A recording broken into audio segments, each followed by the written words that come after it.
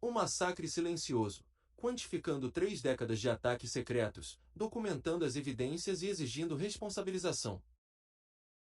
Um relatório de pesquisa de Stefan van der Aa baseado no mecanismo de descoberta de padrões de corpos de VOST-1, que utiliza um corpus de 1.796 documentos, dos quais 1.477 foram totalmente analisados, abrangendo 936 locais em todo o mundo. Publicado em abril de 2026, Bruxelas, Bélgica. Resumo executivo da comunidade da Plataforma de Declaração de VOST-1. Este relatório apresenta a análise mais abrangente, baseada em dados, até o momento, sobre o fenômeno global do indivíduo-alvo. Com base em 1.796 documentos submetidos à plataforma de VOST-1 por indivíduos de 936 locais distintos em todo o mundo. O estudo demonstra que o padrão relatado de assédio organizado, ataques energéticos direcionados e tortura psicológica constitui uma crise humanitária de proporções alarmantes, que tem sido sistematicamente ignorada por mais de 3 décadas. Os números exigem atenção. Estima-se que 7,2 milhões de pessoas sejam atualmente alvos em todo o mundo. Estima-se que entre 15 e 50 milhões de mortes tenham ocorrido ao longo de 30 anos. E os relatos vêm de 936 locais em todos os continentes habitados, com estimativas de mortalidade que sugerem que até 9 em cada 10 indivíduos visados acabam morrendo como resultado de serem alvos desses ataques. Principalmente por meio de suicídio induzido, que deveria ser classificado como homicídio. Estima-se que o número cumulativo de mortes ao longo de 30 anos esteja entre 15 e 50 milhões de pessoas. No limite superior, isso equivale a aproximadamente 2.000 mortes por dia, uma taxa que, se atribuída a qualquer conflito específico, desencadearia uma intervenção internacional imediata. Este relatório sintetiza as descobertas do mecanismo de descoberta de padrões do corpus em 16 Objetivos de Defesa de Direitos em um único documento de pesquisa coerente. O estudo quantifica a escala da crise, apresenta os padrões de evidência que emergem do corpus de voz única da e analisa por que as narrativas do V2K e do assédio organizado apontam para abuso deliberado em vez de patologia. Identifica a infraestrutura organizacional por trás do programa de seleção e estabelece demandas específicas com prazos definidos para as instituições indicadas. O documento conclui com um roteiro de 5 anos para usar a plataforma T1Voice para transformar a documentação em evidências numéricas que não podem mais ser ignoradas. Primeira seção: Quantificando a crise. Os números por trás do silêncio. O fenômeno individual em questão não é uma preocupação marginal que afeta apenas algumas pessoas. Quando as estimativas disponíveis são reunidas em uma estrutura quantitativa coerente, elas revelam uma crise que rivaliza com as piores atrocidades prolongadas da era moderna. A seção seguinte apresenta esses números com total transparência quanto às suas fontes, analisa suas implicações e explica por que eles permaneceram invisíveis ao discurso dominante. Seção 1.1 A população afetada é de 7,2 milhões de pessoas. A Targeted Justice, a maior organização de defesa de indivíduos alvo de perseguição nos Estados Unidos, estima que aproximadamente 0,09% da população mundial esteja atualmente sendo alvo dessa perseguição. Aplicado à população mundial atual de aproximadamente 8 bilhões. Isso resulta em uma estimativa de 7,2 milhões de pessoas vivendo sob programas de direcionamento ativo em qualquer momento. Para se ter uma ideia da dimensão, 7,2 milhões de pessoas é mais do que a população total da Dinamarca, de Singapura ou da Líbia. Sua população supera a de 60% das nações soberanas do mundo. Se esses indivíduos constituíssem um único país, seria a 104ª nação mais populosa da Terra. O quadro quantitativo da crise da TI inclui os seguintes parâmetros-chave. Uma taxa de prevalência global de TI de 0,09%, proveniente da estimativa da Justiça Direcionada. A população atualmente visada, de 7.200.000 pessoas, representa 0,09% de uma população total de 8 bilhões, com uma taxa de mortalidade entre os indivíduos visados de até 90%, com base em estimativas da comunidade, sendo o suicídio induzido o principal mecanismo de ação. Uma duração média de direcionamento antes da morte de aproximadamente 10 anos, com base em dados longitudinais autodeclarados. O fenômeno está ativo desde aproximadamente 1995, quando surgiram os primeiros relatos sistemáticos. Com base na modelagem do ciclo de vida de Robert Duncan e seus colegas, a estimativa cumulativa de mortes ao longo de 30 anos varia de 15 a 50 milhões. A taxa de mortalidade diária implícita no limite superior é de aproximadamente 2.000 por dia. Com base em análises organizacionais e no modelo de filiais locais, estima-se que a força de trabalho perpetradora seja inferior a 500 mil pessoas em todo o mundo. E há uma mudança demográfica emergente em direção a mulheres, crianças e bebês, com base em relatórios comunitários recentes de 2024 a 2026. Seção 1.2. A crise de mortalidade de 15 a 50 milhões de mortos. A estatística mais devastadora nesse contexto é a taxa de mortalidade estimada. Dados da comunidade e pesquisadores, incluindo Robert Duncan, sugerem que até 9 em cada 10 indivíduos visados acabam morrendo em decorrência de ações mal direcionadas, sendo o suicídio induzido o principal mecanismo. O programa de direcionamento não mata com balas. Ela mata destruindo sistematicamente a resiliência mental, a rede de apoio social, a estabilidade financeira e a saúde física da pessoa, até que o suicídio pareça ser a única saída. Isso não é suicídio em nenhum sentido relevante da palavra. Trata-se de assassinato por tortura psicológica e deve ser legalmente reclassificado como tal. A aritmética é simples. Se o fenômeno de direcionamento está ativo desde aproximadamente 1995, há 30 anos, e a população efetiva tem sido de milhões durante todo esse período, com uma duração média de direcionamento de uma década e uma taxa de mortalidade próxima a 90%. O número cumulativo de mortes situa-se entre 15 e 50 milhões de pessoas, com um limite superior de 50 milhões de mortes ao longo de 30 anos. Isso equivale a aproximadamente 4.566 mortes por dia ou cerca de 2.000 por dia, em estimativas mais conservadoras. Esses números não são abstrações. Para efeito de comparação, o genocídio em Ruanda, em 1994, matou aproximadamente 800 mil pessoas ao longo de 100 dias, cerca de 8.000 por dia. A resposta global foi imediata e permanente. A Guerra da Bósnia, de 1992 a 1995, matou aproximadamente 100 mil pessoas ao longo de 3 anos, cerca de 90 por dia. Isso levou à criação do Tribunal Penal Internacional para a ex-Iugoslávia. O número global de mortes por Covid-19 entre 2020 e 2023 totalizou aproximadamente 7 milhões de óbitos confirmados ao longo de 3 anos, cerca de 6.400 por dia. Isso desencadeou a maior resposta global coordenada em saúde da história. O programa de perseguição da TI, de 1995 até o presente, causou um número estimado de 15 a 50 milhões de mortes ao longo de 30 anos, aproximadamente 2.000 por dia, sem nenhuma investigação oficial, nenhuma intervenção internacional e nenhum dos perpetradores processado. A ausência de resposta não se deve ao fato de a escala ser menor. Isso ocorre porque o método é invisível. As vítimas são sistematicamente desacreditadas e os marcos institucionais para o reconhecimento desse tipo de atrocidade ainda não existem. Este relatório é um passo em direção à construção dessas estruturas. Seção 1.3. A ameaça emergente: mulheres, crianças e bebês. Relatórios recentes da comunidade te indicam uma expansão profundamente alarmante do escopo do programa de direcionamento, onde os primeiros relatórios descreviam predominantemente homens adultos de meia idade. Novos depoimentos documentam a perseguição a mulheres, crianças e até bebês. Essa mudança demográfica sugere que os operadores do programa ampliaram seus critérios, que a tecnologia se tornou mais acessível aos agentes locais ou que o direcionamento agora está sendo usado como uma ferramenta generalizada de controle social, em vez de se restringir a grupos específicos. Indivíduos. Independentemente da causa, o ataque a crianças e bebês representa uma violação absoluta dos limites morais e exige investigação imediata. Isto não é uma questão política nem um assunto para debate. O ataque deliberado a crianças com armas de energia dirigida e técnicas de tortura psicológica é um crime contra a humanidade, sob qualquer definição. Seção 2. A base de evidências de voz única da TI.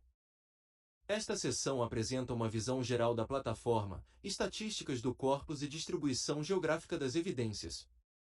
A T1 Voice, acessível em 1.cat.org, é uma plataforma internacional de documentação de direitos humanos que também colabora com a ICATA-SBL, uma organização sem fins lucrativos registrada em Bruxelas, Bélgica, e recebe seu apoio.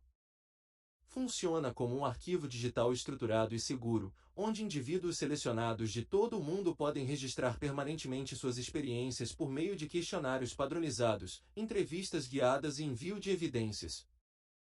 A plataforma transforma relatos pessoais isolados, muitas vezes ignorados, em dados estatísticos agregados que revelam padrões impossíveis de ignorar. Seção 2.1 Visão geral do corpus. Em 31 de março de 2026, a plataforma havia coletado 1.796 documentos de colaboradores de todo o mundo. Destes, 1.47 foram totalmente analisados através do Mecanismo de Descoberta de Padrões de Corpus ou CPD.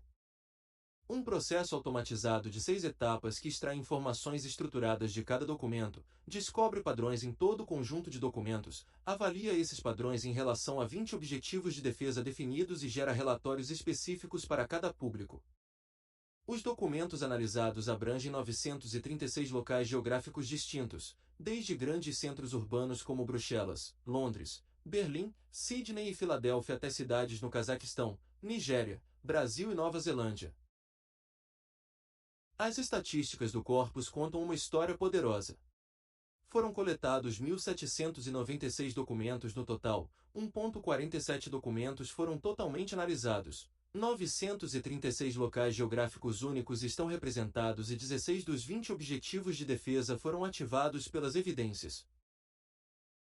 Desses, 8 propósitos são classificados como tendo evidências fortes, outros como tendo evidências moderadas e 4 como tendo evidências emergentes. As taxas de relatos em todo o conjunto de dados são impressionantes. 85% da amostra relatam interferência de dispositivos eletrônicos. 81% relatam assédio organizado. 74% relatam fenômenos V2K ou auditivos. 62% relatam efeitos de energia direcionada. E o impacto na vida é catastrófico. 82% relatam impacto grave ou catastrófico no emprego e 79% relatam impacto grave ou catastrófico na família. Seção 2.2 Distribuição geográfica, descartando explicações localizadas. A distribuição geográfica das denúncias é o argumento mais forte contra a rejeição da denúncia. Os relatos são provenientes de todos os continentes habitados, abrangendo democracias liberais, estados autoritários e nações em desenvolvimento. Os locais específicos mencionados nos dados incluem endereços em Bruxelas com códigos postais precisos em diversas localidades, incluindo Ederbe, Forest e Vors, bem como Colônia, Utrecht, Porto Alegre, Cagandi, Xagamu, Joru, Auckland, Toronto, Albuquerque e centenas de outras. O fenômeno não pode ser explicado por uma única narrativa cultural, conflito local ou artefato do sistema de saúde. É um problema transnacional e qualquer resposta eficaz deve ser internacional. Seção 2.3 Consistência das experiências relatadas. A análise fatorial do corpus extraiu 3 fatores latentes estáveis que explicam 58% da variância nas experiências relatadas. O primeiro fator relacionado a sensações de queimação, pressão na cabeça, manipulação corporal e privação forçada de sono corresponde a um agrupamento somático e neurológico. O segundo fator, relacionado à perseguição organizada, teatro de rua, assédio com veículos e arrombamentos, corresponde ao assédio organizado. O terceiro fator, relacionado a ataques de hackers a computadores, adulteração de telefones e interferência eletrônica, corresponde à intrusão cibernética. Esses fatores são internamente coerentes e se reproduzem em subamostras geográficas, divisões temporais e níveis de qualidade de dados. Estatisticamente, é implausível que 1.470 indivíduos não relacionados, em 936 locais diferentes, construam independentemente um conjunto idêntico, complexo e multifatorial de experiências envolvendo tecnologias específicas e comportamentos sociais coordenados. A consistência exige uma explicação. Na terceira seção, explicamos por que isso é abuso e não patologia. As evidências do V2K. A resposta institucional reflexiva aos relatos de TI tem sido categorizá-los como sintomas de transtornos psicóticos, particularmente esquizofrenia paranoide. Esta seção apresenta uma argumentação sistemática, baseada nos dados de voz do T1, sobre por que essa explicação é insuficiente e por que as evidências apontam, em vez disso, para manipulação psicológica deliberada, tortura, condicionamento e modificação comportamental. Em outras palavras, lavagem cerebral. Seção 3.1 O problema da variedade. O conteúdo do V2K é demasiado diverso para se limitar a uma única patologia. As alucinações auditivas psicóticas associadas à esquizofrenia tendem a seguir padrões reconhecíveis. Eles são tipicamente perseguidos ou grandiosos. Elas tendem a ser repetitivas em seus temas e refletem as próprias preocupações cognitivas do indivíduo. As experiências V2K relatadas no corpus de voz T1 são qualitativamente diferentes. Eles exibem uma gama de técnicas de manipulação psicológica que são muito variadas, estrategicamente coerentes e especificamente adaptadas às circunstâncias pessoais do indivíduo para se enquadrarem em um único diagnóstico psiquiátrico. Os relatórios descrevem conteúdo V2K que inclui ameaças calibradas aos medos específicos do indivíduo, comentários em tempo real sobre ações privadas demonstrando vigilância ativa, tentativas de condicionamento comportamental por meio de ciclos de recompensa e punição, e comandos deliberados de privação de sono. Instruções de isolamento social destinadas a isolar a vítima de qualquer apoio, mensagens contraditórias criadas para induzir dissonância cognitiva e confusão, simulações de interrogatório, roteiros, humilhação e degradação sexual, personificação de figuras de autoridade e instruções explícitas para cometer suicídio. Este não é o perfil de um sintoma psiquiátrico. Trata-se do perfil de uma operação psicológica estruturada. Seções 3.2 a 3.4.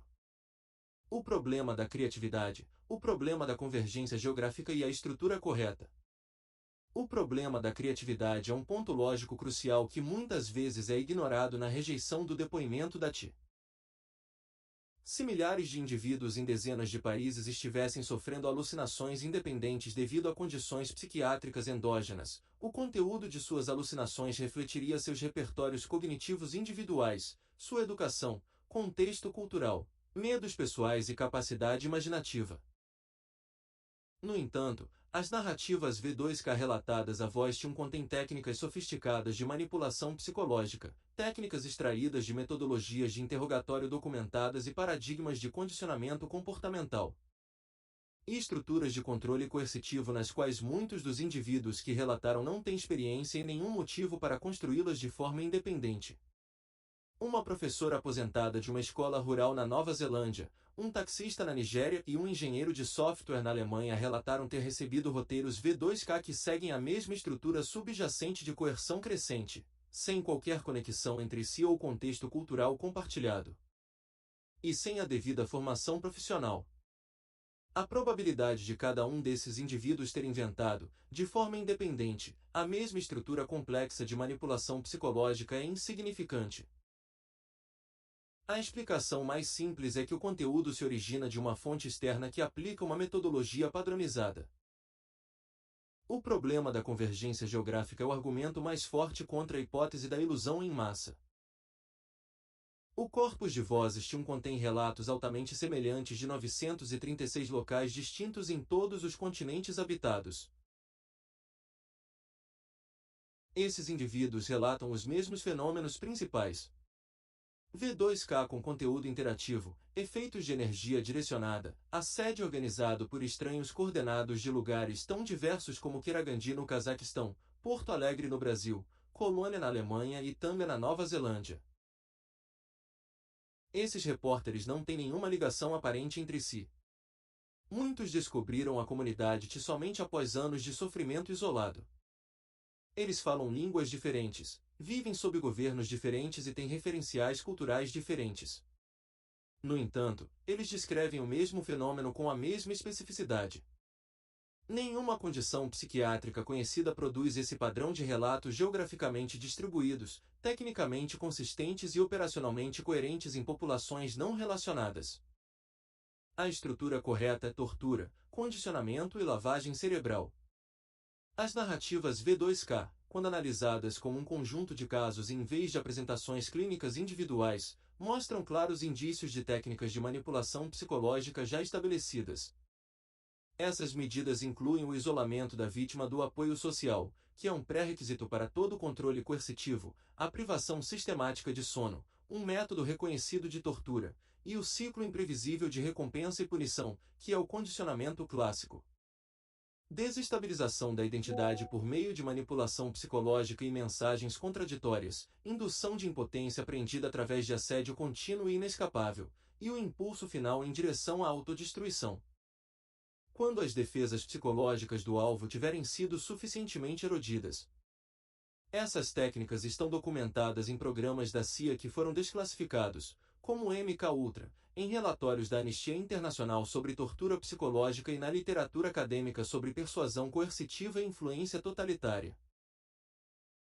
O fenômeno T não é uma nova forma de doença mental. Trata-se da aplicação de técnicas conhecidas de lavagem cerebral e modificação comportamental por meio de um novo sistema tecnológico de administração. Seção 4. A infraestrutura organizacional por trás do programa de seleção de alvos. Os dados de voz do T1, combinados com o conjunto mais amplo de pesquisas da comunidade T, apontam para uma estrutura organizacional descentralizada, localmente integrada e que opera com uma força de trabalho global estimada em menos de 500 mil de pessoas. Compreender essa infraestrutura é essencial para entender como um programa dessa escala pode operar sem ser detectado. Seção 4.1. O modelo de ramificação local. Os relatos descrevem consistentemente casos de assédio que são executados localmente, mas coordenados centralmente. O chamado fenômeno de gangstalking envolve estranhos na vizinhança imediata e no ambiente diário do alvo, realizando ações coordenadas, gestos sincronizados, provocações verbais ensaiadas, campanhas de ruído orquestradas e vigilância em rede. Esse padrão operacional é consistente com uma organização celular que mantém filiais locais nos principais centros populacionais, recrutando ou cooptando participantes locais que podem ou não compreender o alcance total do programa em que atuam. O modelo envolve 3 níveis. Em primeiro lugar, operadores dedicados em tempo integral gerenciando os sistemas V2K e a vigilância. Em segundo lugar, a participação de pessoas locais em regime de tempo parcial foi incentivada por meio de compensação financeira ou compromisso ideológico. Terceiro, um efeito multiplicador da tecnologia, onde um único operador gerenciando o sistema V2K pode atingir continuamente vários indivíduos com infraestrutura física mínima. A força de trabalho estimada em menos de 500 mil pessoas em todo o mundo, embora grande em termos absolutos, é pequena em relação à população-alvo de 7,2 milhões. Essa proporção é alcançável por meio da combinação de operadores dedicados em tempo integral, participantes locais em tempo parcial e tecnologia que multiplica o efeito de cada operador. Seção 4.2 Infiltração institucional. Os dados de voz T1 contêm referências repetidas a ambientes institucionais como locais de atividade de direcionamento. Esse padrão sugere que a infraestrutura organizacional alcançou uma penetração significativa em instituições-chave. Na área da saúde, hospitais como o USI Bruxelas e instalações do NHS são mencionados. Na área da educação, universidades como a Universidade da Pensilvânia e a Universidade de Tóquio são exemplos. No setor militar, instalações como a Base Aérea de Frivir, no setor tecnológico, campos corporativos, incluindo os da Microsoft, e no governo, prédios governamentais em diversas jurisdições. Essa infiltração serve a múltiplos propósitos. Proporciona proximidade física aos alvos em ambientes controlados. Isso permite a manipulação de registros médicos e respostas institucionais para desacreditar alvos. Isso proporciona acesso à infraestrutura tecnológica e cria defensores institucionais que resistirão à investigação, pois reconhecer a infiltração exporia sua própria posição comprometida. Seção 5. A arquitetura do fracasso institucional. A razão pela qual uma crise desta magnitude permaneceu invisível não é a ausência de provas, mas sim a inexistência de estruturas institucionais para o seu reconhecimento. Esta seção mapeia os pontos específicos de falha nos sistemas de saúde, segurança pública e jurídico. Falha institucional em 3 pilares. A falha do sistema médico. Mais de 90% dos pacientes com TIS, transtorno de estresse pós-traumático, no conjunto de dados analisado buscaram ajuda médica. Dos que consultaram profissionais de saúde mental, aproximadamente 80% receberam um diagnóstico primário de transtorno psicótico ou delirante. Menos de 5% relataram que algum profissional médico investigou a possibilidade de causalidade tecnológica externa. A resposta clínica padrão, que consiste em diagnosticar o paciente com esquizofrenia e prescrever medicação antipsicótica, não aborda os sintomas relatados, não investiga sua causa e, frequentemente, agrava a situação do paciente, adicionando o estigma e o comprometimento funcional de um diagnóstico incorreto. Rótulo psiquiátrico. A falha das autoridades policiais. Aproximadamente 70% dos colaboradores do acervo entraram em contato com as autoridades policiais. Menos de 5% relataram um resultado útil. As forças policiais em todo o mundo carecem de treinamento, equipamentos e estruturas legais para investigar denúncias de assédio por energia direcionada, V2K ou perseguição organizada em grupo. Os agentes tendem a classificar esses relatos como de natureza psiquiátrica, o que frequentemente resulta em encaminhamentos psiquiátricos involuntários em vez de investigações criminais. A natureza tecnológica dos alegados crimes não deixa vestígios físicos tradicionais, como impressões digitais, armas ou um autor visível, tornando inúteis os padrões de evidência existentes. A falha do quadro legal. As leis contra a perseguição e assédio em praticamente todas as jurisdições foram concebidas para uma era pré-digital. Exigem comprovação de uma conduta reiterada por um autor identificável, utilizando atos demonstráveis que produzam evidências tradicionais. O programa de direcionamento da TI foi especificamente projetado para explorar essas limitações. Os autores do crime permanecem anônimos. Os atos são negáveis. A tecnologia é invisível e as evidências são subjetivas. Um indivíduo que denuncia o V2K à polícia está pedindo ao sistema legal que processe um crime para o qual não existe estrutura probatória. A incapacidade da lei de reconhecer o crime é interpretada como prova de que nenhum crime ocorreu. Atualmente, não existem estruturas probatórias para processar esses crimes. Na seção 6, são abordados o que é necessário, de quem, até quando e o que se pretende alcançar. Esta seção traduz as evidências em demandas específicas com prazos definidos, direcionadas a instituições específicas. Cada solicitação identifica o responsável, a ação específica exigida, o prazo e o resultado esperado. Essas exigências não pedem que ninguém aceite qualquer alegação por fé. Eles pedem às instituições que investiguem, realizem audiências, conduzam estudos e sigam pistas. A seção 6.1 apresenta as demandas ao Sistema das Nações Unidas até dezembro de 2026. Demanda número 1. O rapper especial da ONU, TUR, sobre tortura. Ação necessária. Questão do esclarecimento público formal de que a proibição da tortura, nos termos da Convenção contra a Tortura, aplica-se independentemente da tecnologia utilizada, incluindo explicitamente meios de energia dirigida, neurotecnológicos e eletromagnéticos para infligir dor e sofrimento. Prazo final: dezembro de 2026, em conjunto com o próximo relatório à Assembleia Geral da ONU. Resultado esperado. Isso estabelece o precedente jurídico de que a tortura facilitada por tecnologia está abrangida pelo direito internacional vigente, eliminando a desculpa de que os meios não são reconhecidos. Demanda número 2. O relatório especial da ONU sobre o direito à privacidade. Ação necessária. Realizar uma investigação temática sobre a vigilância eletrônica organizada e a comunicação por voz, V2K, como violações da liberdade cognitiva e da privacidade mental, utilizando corpos de voz TI como principal evidência. Investigação com prazo definido para início no terceiro trimestre de 2026, com conclusões preliminares previstas para o segundo trimestre de 2027. Resultado esperado. Isso coloca o fenômeno da invasão transnacional na agenda formal de direitos humanos da ONU pela primeira vez, desencadeando obrigações de relatórios obrigatórios por parte dos Estados.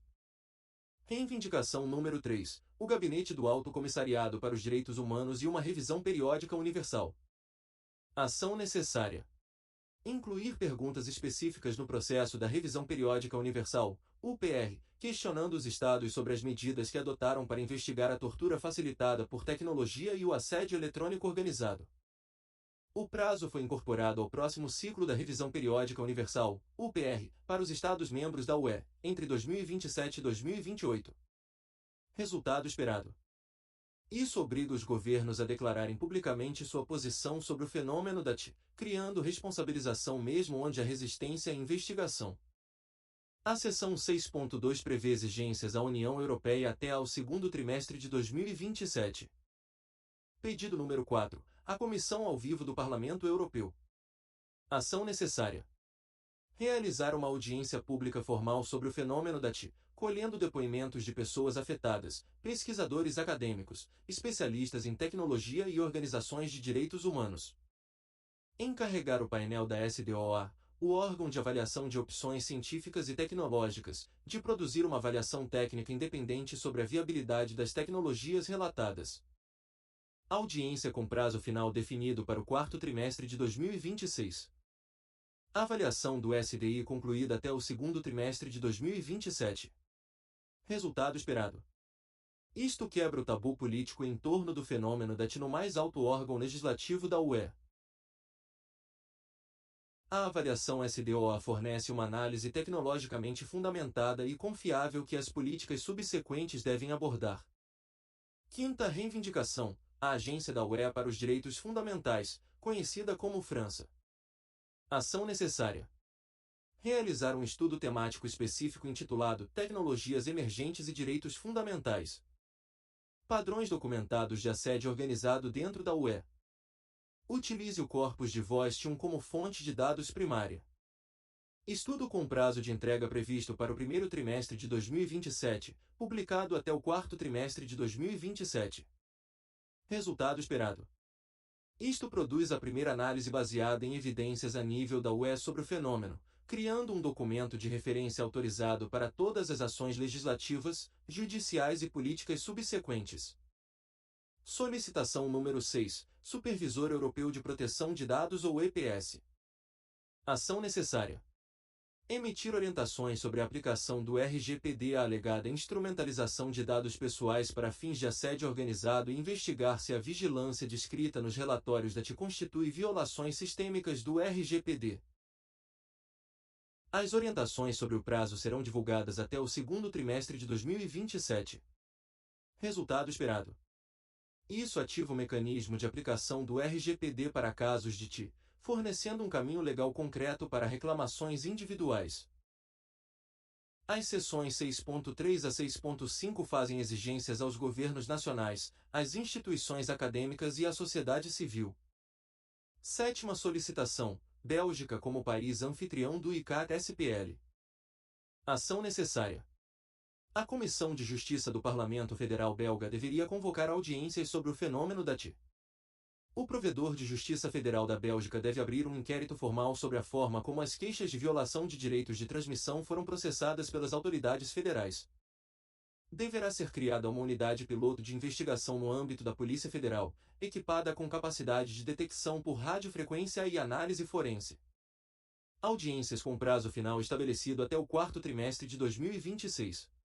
Unidade piloto operacional até o segundo trimestre de 2027. Como resultado esperado, a Bélgica se torna pioneira global na resposta institucional ao fenômeno da TI, alavancando sua posição como sede de instituições da UE e do ICAT-SBO. Demanda número 8. Ação de todos os governos do mundo inteiro é necessária.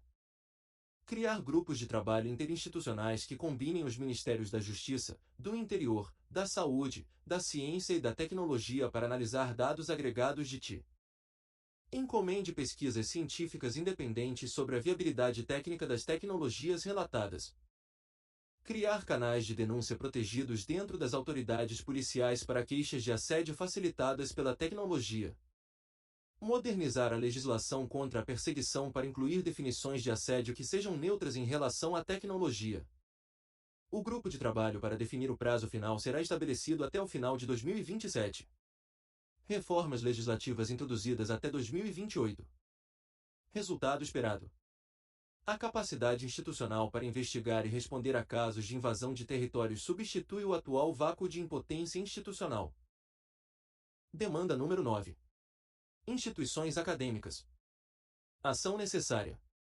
Universidades com programas de epidemiologia, neurociência e estudos de vigilância devem conceber e conduzir estudos de caso-controle comparando indivíduos selecionados com controles pareados em marcadores fisiológicos, incluindo EEG, termografia, variabilidade da frequência cardíaca e medições de radiofrequência ambiental.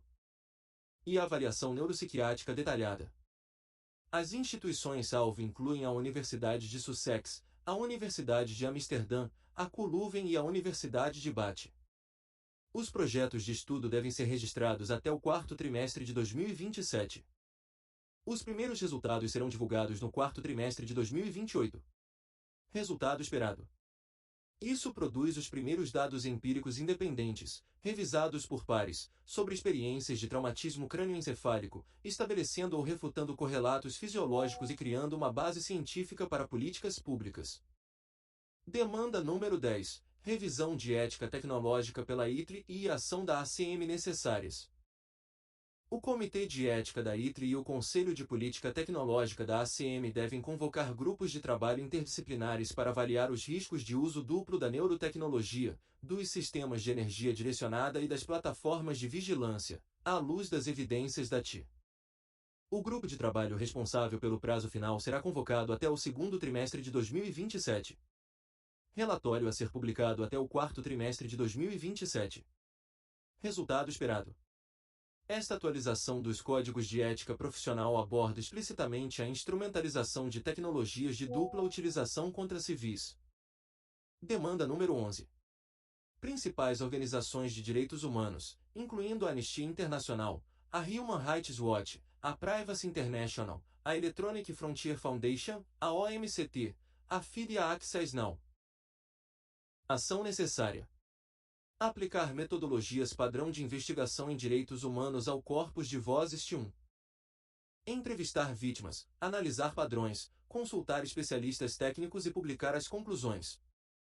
A comunidade da TI é um novo grupo de eleitores com grande volume de dados para os mandatos existentes sobre tortura, privacidade e direitos digitais.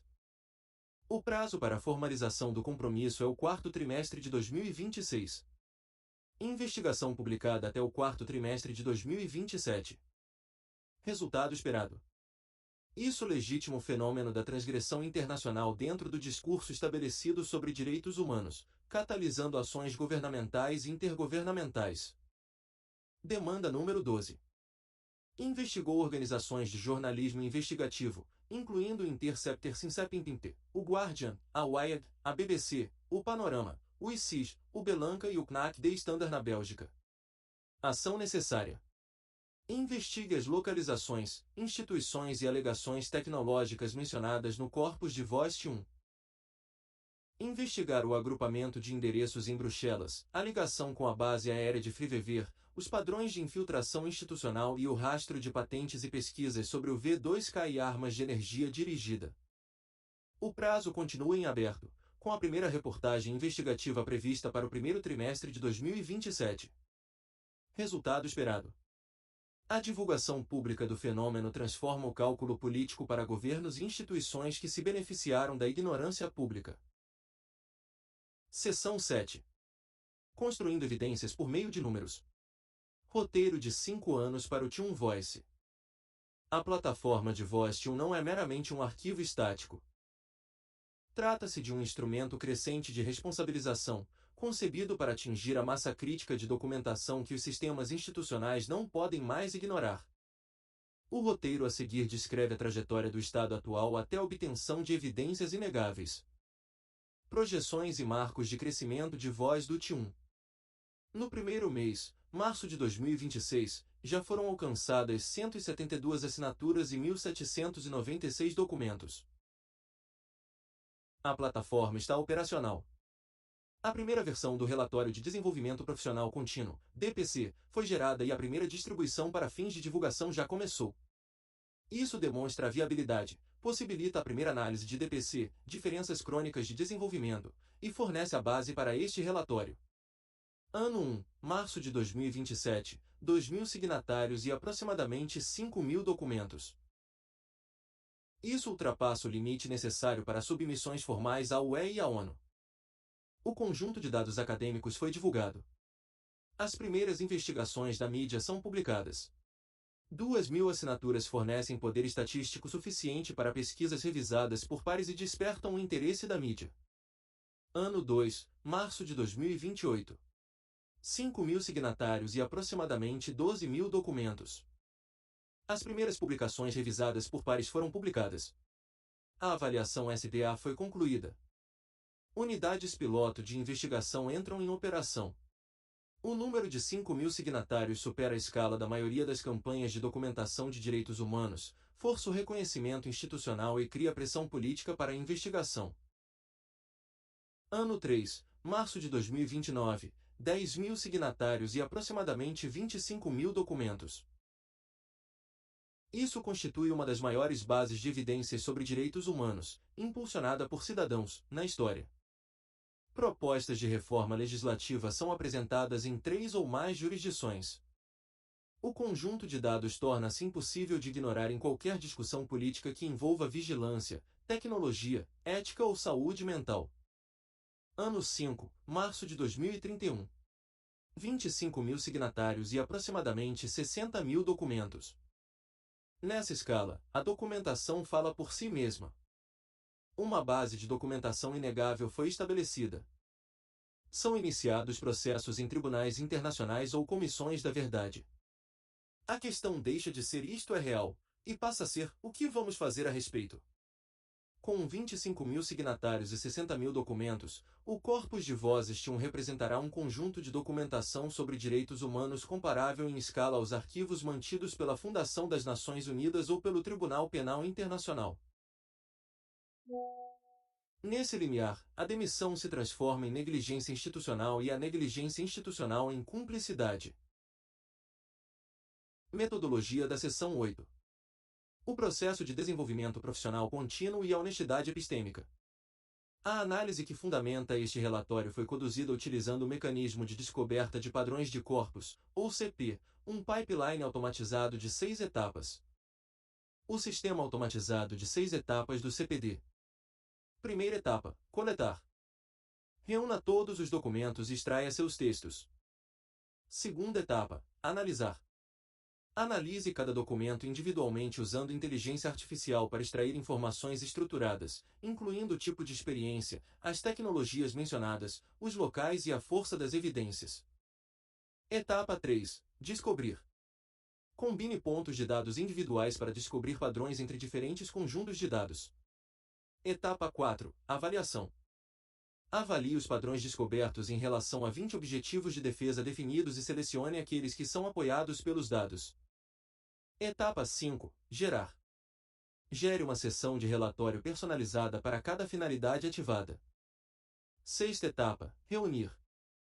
Reúna todas as seções em um documento unificado. Para este relatório de pesquisa, as 16 seções de propósito ativado foram sintetizadas, enriquecidas com estimativas quantitativas externas da comunidade de pesquisadores, e reestruturadas na estrutura analítica coerente apresentada aqui em relação às limitações e à honestidade epistêmica. Este relatório é transparente quanto às limitações da sua base de evidências. O corpus de VOST-1 é uma amostra autoselecionada de indivíduos que encontraram e optaram por usar a plataforma. Pode não ser representativo de todos os TIS. A plataforma documenta a experiência subjetiva. Não é possível verificar de forma independente a realidade externa dos eventos descritos. As estimativas de mortalidade e prevalência citadas, de 7,2 milhões de afetados e de 15 a 50 milhões de mortos, são números derivados de informações fornecidas por membros da comunidade e não foram auditados de forma independente. A análise da infraestrutura organizacional baseia-se em inferências a partir de padrões relatados, em vez de informações diretas. Essas limitações não invalidam as evidências. Eles definem seu uso adequado. Este relatório apresenta padrões documentados que justificam uma investigação independente, e não a comprovação de uma hipótese específica. Os dados são suficientes para estabelecer que uma grande parcela da população mundial está relatando um padrão específico e grave de vitimização.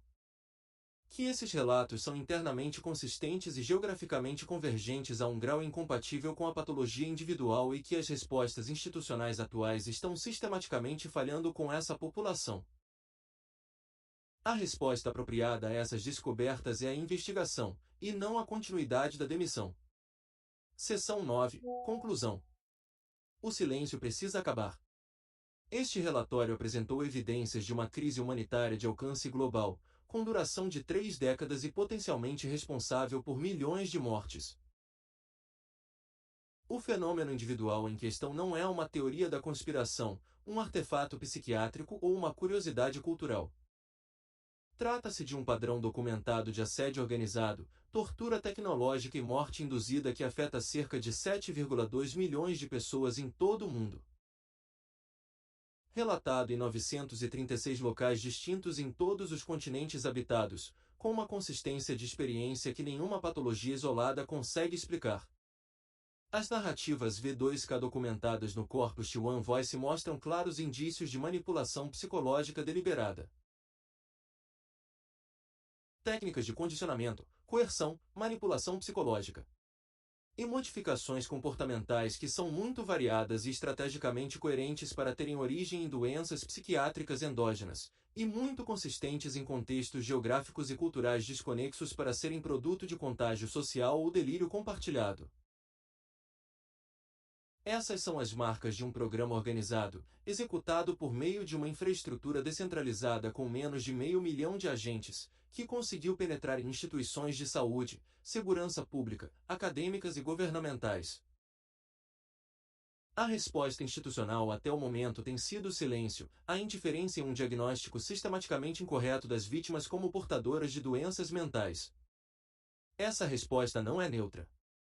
Quando 2.000 pessoas podem estar morrendo todos os dias e os sistemas criados para protegê-las, em vez disso, as desacreditam e as abandonam, a inação institucional se torna cumplicidade institucional. A T1 Voice existe para acabar com essa cumplicidade. Em um mês, já foram reunidas 172 assinaturas. Em um ano, projetos para 2.000. Em 5 anos, 25.000. Cada assinatura é uma vida documentada. Cada documento é um dado que fortalece o conjunto de evidências. Cada limite ultrapassado reduz o espaço para uma negação plausível. As exigências contidas neste relatório são específicas, dirigidas a instituições nomeadas e com prazos definidos. Eles não pedem que ninguém aceite qualquer alegação por fé. Eles pedem às Nações Unidas que investiguem o caso. Eles pedem ao Parlamento Europeu que realize audiências. Eles pedem aos cientistas que realizem estudos. Eles pedem aos jornalistas que sigam as pistas. Eles pedem às organizações de direitos humanos que façam aquilo para o qual foram criadas. Proteger os vulneráveis contra abusos sistemáticos. Os 7,2 milhões de pessoas atualmente visadas, os estimados 15 a 50 milhões que já morreram e as mulheres, crianças e bebês que agora estão sendo incluídos neste programa merecem mais do que silêncio. Eles merecem investigação, responsabilização e justiça. As provas estão aqui. As exigências são claras. A hora de agir é agora. Comunidade da Plataforma de Declaração de Voz T1, Bruxelas, Bélgica. Abril de 2026. Visita 1. IESCA.org. Entre em contato com Stefan em stepsed.com. Com base em 1.796 documentos, 1.47 analisados, 936 locais e 16 objetivos de defesa. As provas estão aqui. As exigências são claras. A hora de agir é agora.